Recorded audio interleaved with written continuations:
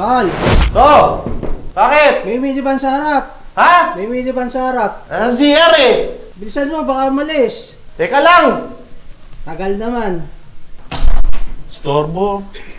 Ang CR eh! Ano ba tissue sa ilong mo?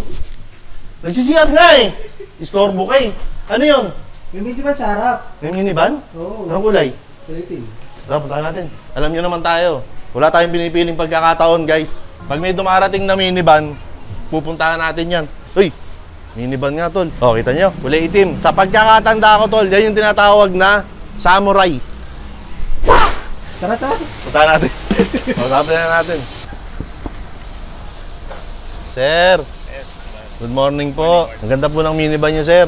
Siyempre, alam mo naman, kakaiba yung mga minivan eh. Oo. Ano po pala, content creator po kami. Pwede po ba namin kayo isama sa video namin? Oo naman, walang problema doon. Sige po, baba po kayo dyan, sir. Parang checkpoint eh. Sir, kakabit ko na lang sa'yo ito, sir, ha? Ako na, sir. Sir, ano pangalan mo, sir? Ako nga pala si Christopher from Bulacan. Matagal na ring owner nitong Suzuki Every Wagon. Yo, si Sir Christopher. Saan ka sa Bulacan, sir? Kalumpit. Kalumpit, Bulacan. Malapit ba kayo ron, tol? Medyo malayo. O, di pasensya ka na. Ayan. Sir, nabanggit mo, ito nga, Every Wagon. Samurai ito, Samurai Edition.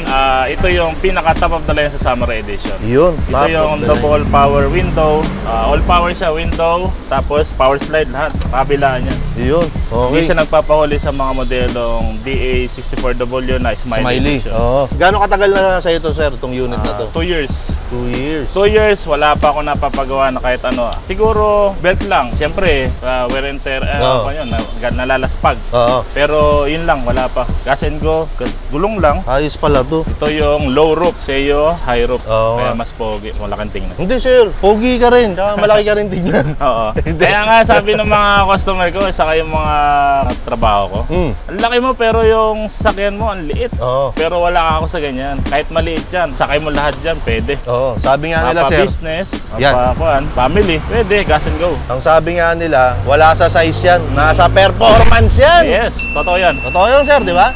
Ito, sir, speaking of performance, nabanggit mo na rin, pamilya, trabaho. Saan mo ba madalas ginagamit itong unit nyo na to? Sa business talaga. Which is? Yung mga pan-deliver. Kasi Ano lahat yung business mo, sir? Motorcycle parts. Kaya ito.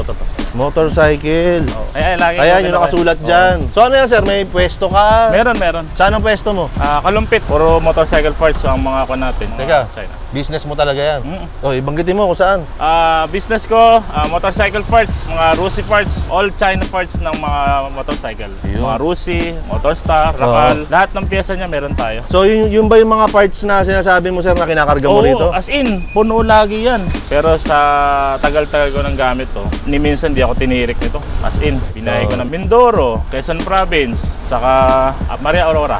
Malayo rin. Oo, Bulubundukin. Oo. Kasi pagka lumuwas ako ng probinsya, namimili na rin ako ng spare parts. Kaya pag uwi ko, puno hanggang ibabaw yan. As in, hindi ka bibitinin ito kahit sa unan. Sa sir, sa pasahero, gaano karami yung pinakamarami na naaalala mo na naisakay mo rito? 8. 8? Oo. Paano mo pinaupo yung 8 rito? Hindi expected yun eh. Dami, nasakayan talaga yung pamangkin. Bigla rin ako, pero sige ka ako, kaya naman ako dahil sa Mindanao, hindi lang 8 ang kaya na isakay eh.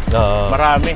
Awa naman ng puon, wala naman nangyari. Kayang-kaya pa rin. Kayang-kaya. Oo. Kaya lang talaga sa aircon, dapat full. Kasi hindi aabot sa likod. Pero nakita ko may ano ka naman dito, no? Merong fan Oo, para pantulak. Paano ka nagsimula, sir? Saan mo unang nabalitaan ng minivan? Saan mo unang nakita? Bakit mo nagustuhan at kinonsider na bumili ng minivan kagaya nito?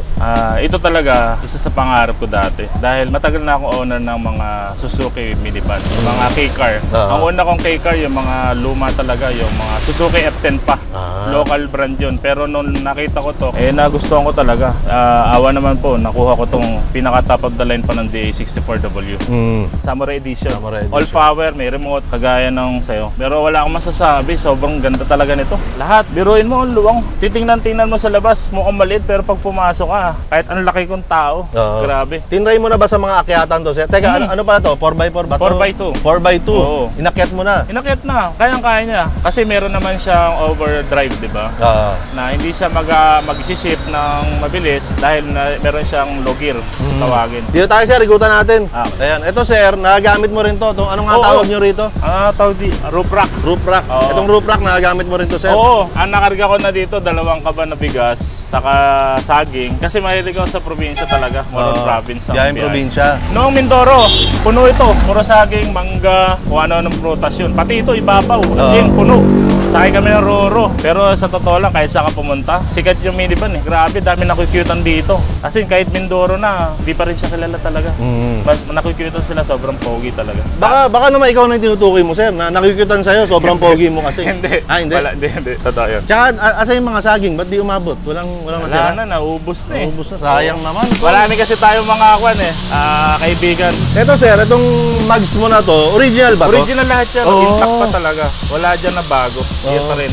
Sa 2 years ko nga, nabago ko lang belt lang sa kagulong. Hala na. Change oil na lang, saka transmission oil, filter, yun lang. More on ko na lang, gamit. Usually talaga Manila ang biyahe ko. Caloocan, back and forth, 3 times a week. Sir, bukas ko okay lang? Sige. Okay, automatic sliding door. Magkabila, sir, no? Magkabila. Tapos pagbukas pa lang, umampas sa akin yung lamig ng aircon. Upo ako, sir, ha? Ito, nasa second row ako. Yan, ito yung gustong-gusto ko rin sa mga, sa mga minivan. Ang luwag ng legroom, sir, no? Dito sa, sa gitna. Tapos ito, may electric pa naman sila. So, kung kinakapos ka pa sa lamig. Pero ramdam ko na, naramdaman ko na rito yung lamig. Low roof. Tapos maganda na rin yung sir, no? Yung upholstery, bagay sa kulay niya. Oo. Dito tayo, sir, sa likod. Kaya, sir, upo tayo rito. Upo ka. Huwag kang mahiya, sa iyan. So, sir, ang dami mo nang kinuwento na sa loob nga ng 2 taon, kung paano mo siya ginamit, kung paano mo na-maximize yung space, at kung paano kanya nadadala sa iba't ibang lugar, di ba? At narinig din naman ng mga nanonood yun. Pero sa kabila ng lahat ng yun, marami pa rin na ayaw sa minivan o nagdadalawang isip na kumuha ng sarili nilang minivan. Ano ang gusto mong sabihin sa kanila para... Masasabi ko sa kanila, wag na nilang 2 isipin o 3 isipin pa. Bumili na kayo. Kasi sa totoo lang, wala kang makikitang ganitong murang sasakyan na pwede mong gamitin kahit saan. Mapa-business man, mapa-pamilya. Hindi mo may ipapagpalit to kahit saan maliliit na sedan eh. Kasi meron din akong sedan, mas gusto ko pa rin to. Iba ang attraction sa tao. Bukod doon, iba yung pakinabang niya sa atin pagka nagkaroon kayo nito. Saka, ang daming pyesa niya, no? Sa Shopee, ang dami, mura lang, oh. Ay, ito, nag-i-stock ka na rin ng mga consumable. Lahat ng mga consumable parts niyan, mga thermostat, belt, lahat as in, meron. Sobrang dali ng pyesa, sobrang pang daling gawin. Kahit saan mo dalhin na mekaniko, basta meron kang pyesa, sasalpak lang, sobrang dali. Parang wala na ako idaragdag doon kasi na-cover na ni sir yung gamit sa pamilya, sa trabaho. Tapos yung pyesa, madali nga. Sobra. Saka may i-add ko lang din, ang mga K-car, di yan kumukha ng mga sedan natin dito na mabilis masira. Ang Japan, pag sinabing Japan, iba eh. Yung bakal nila, yung pagkaka-build ng mga sasakyan nila, basta sa, kung tawagin yan, JDM eh. Matibay ito. Sa totoo lang, yung karamihan ng mga K-car na ganito, D64W, kahit iangat mo ilalim, wala kang makikitang kalawang. Kahit sabihin mo mataas ang odometer, na maabot ng 150, 170, 200,000. Pero pag pinaandar mo makina, grabe. Wala kang masasabi. Sobrang as in, mapapawaw ka na lang. Kasi hindi katulad ng mga dito sa Pilipinas, pag ang unit natin sa Pilipinas tumakbo ng 100,000, ala na. Hindi naman lahat pero karamihan may problema. Pero ito, sa pangilalim, sobrang smooth. Mas malambot pa sa kotse, sa totoo lang. Tingnan mo, di ba? Sobrang lambot ng suspension ng mga DA64W. Ito, mai-share ko lang sa mga nanonood. Kanina, nung di pa kami nagsisimula ni Sir Christopher, sabi niya mahihain daw siya. Pero ang dami niyang kinuwento. Ang dami niyang kinuwento. Kasi alam mo, lagi ako nanonood ng mga video nito eh. Siyempre, parang nagkakaroon na rin kami kahit nanonood ka lang, nagkakaroon kayo ng parang communication dahil lahat ng sinasabi niya pumapasok sa isipan puso natin. Ngayon si Mayor, iba siya mag-vlog talaga. Ba't napunta sa akin yung topic? Ba't mo na napunta sa akin? Hindi, siyempre, kung mo kami, parang followers mo kami. Ay, maraming salamat. Solid to, bilhin na kayo, promise. Ang daming mura ngayon, nagpapababaan. Kaya lang, mag-iingat lang tayo dahil May mga iba na assembler, siyempre, na hindi na pupukusan yung unit, dapat bantayan din natin. Kasi siyempre, ang pera, hindi natin napupulad dyan. Tandaan nyo, pahalagahan nyo. Pero the best talaga ang K-Car ng Japan. Lalo na yung DA64 series. Oh, subscribe kayo sa channel niya. Para si Christopher Ren nag-vlog eh. Oh, Hindi, pero wala yan. akong kontra sa sinabi niya. Tama lahat ng yon. At syempre, lahat ng sinabi niya, hindi naman niya basta sinabi lang dahil pinagbasihan niya yon sa experience niya. Dahil nga 2 taon niya nang gamit tong minivan niya na to sa trabaho, sa pamilya. Meron pa sir? May sasabihin ka pa? Wala na. Wala na. Okay. At dumating na tayo sa punto ng ating video kung saan lagi ako may nakakalimutan. So, dyan lang kayo guys. Oh, sabi ko na nga ba damit na may nakakalimutan eh. Ano pa makakalimutan ko? Asan na yung isa pa, yung dagdag? Nasa loob. Eto na, nakuha ko na yung nakalimutan ko palagi. Nakakalimutan ko pala palagi. Ayan sir, baka sabi mo nanonood ka sa akin eh. Oo. Baka lang hindi mo alam, meron akong video. Ang sabi ko, huwag kang bibili ng minivan. Sabi ko sa kanila, huwag kang bibili ng minivan. Yan. Naglabas din ako ng t-shirt noon. So ito yun sir, bilang pasasalamat at sa paghingi ng pasensya dahil parang naabala ko kayo. Ito sir, maraming salamat. Huwag kang bibili ng minivan t-shirt. Available yan sa Shopee, sa Lazada, sa TikTok. At dito, pwede kayong mag-walk-in sa Isa Snack. Tapos i-habol ko pa to sir.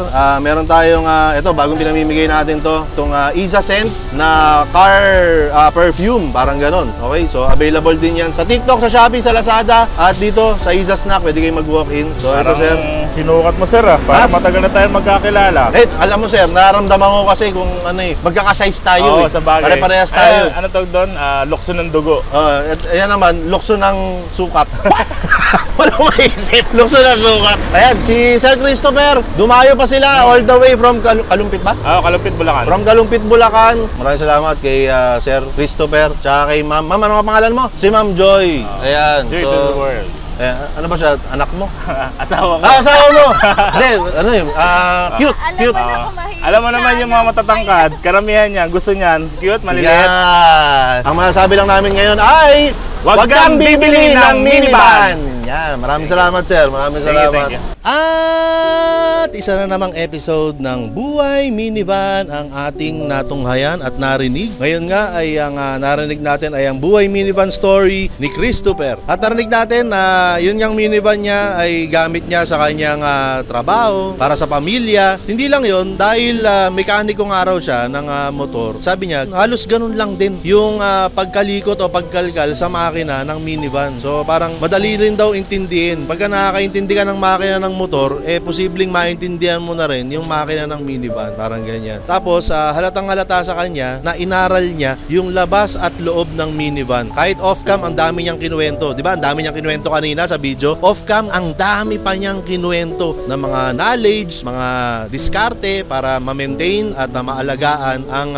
kanilang minivan. Maganda yung ganong story kasi dahil sa minivan, nadagdagan yung kaalaman niya, nadagdagan yung skills niya, at nadagdagan yung mga pwede niyang gawin, di ba? Dahil nga, yun, nagde-deliver siya ng mga pyesa, tapos kumukuha raw sila ng napakaraming mga prutas at saging galing sa probinsya na hindi naman ako naniniwala kasi wala naman siyang dala, hindi naman niya ako binigyan, di ba? Pero yun, alam ko naman na totoo yun, di ba? Pero ako hindi ako naniniwala sa sabi-sabi, di ba? Kailangan pag sinabi mong kumuha ka ng maraming saging, bigyan mo ako. Pag kumuha ka ng maraming prutas, bigyan mo ako. Ayan, okay? Sana ay natuwa kayo, na-inspire kayo, o may natutunan kayo dun sa napanood nyo na video. Bilanggit naman niya na kanina kung ano yung mga dapat nyo i-consider kung nagdadalawang isip pa rin kayo na bumili ng minivan o hanggang ngayon ay ayaw nyo sa minivan. Bahala kayo sa buhay nyo. Basta kami, nagsishare kami ng mga experiences namin kung paanong binago ng minivan ang mga buhay namin. Ayan. So, kung kayo dyan, kung meron din kayong minivan, kung may alam kayo na nagtitinda ng minivan, gumagawa ng minivan, o binago ng minivan ang inyong buhay, mag-comment kayo dyan. Baka sa susunod, kayo naman ang aming ma-interview. O kaya naman ay mag-chat kayo sa Facebook page ko para mas mabilis. Kagaya nung ginawa ni Christopher, nagkausap kami sa Facebook page. So, nagkita kami, pinuntahan niya ako rito. Kung gusto nyong ma-feature sa Buhay Minivan episode, yun na yung gawin nyo. So, kung umabot ka dito sa part na to, mag-comment ka dyan ng Popular, Puro Forma Lang Racing. So, this has been Mayor TV. Siyempre, kasama ko rito si Whitey. Si Whitey pala yun nandito. Nasa likod si Bukbok. At nandyan si Chuens, na lahat kami ay nagsasabi rito na huwag kang bibili ng minivan. Pakita mo. Oh. Tol. Ha? Oh, bakit? Tol, tol. Oh, oh. Tol. Oh. Balik ka na sa CR. Ha? Balik ka na sa CR. Babalik na ako. Ayun nga pala. Sakit tiyan ko eh. Sige, sige. Diyan na kayo. Outro na. Let's go.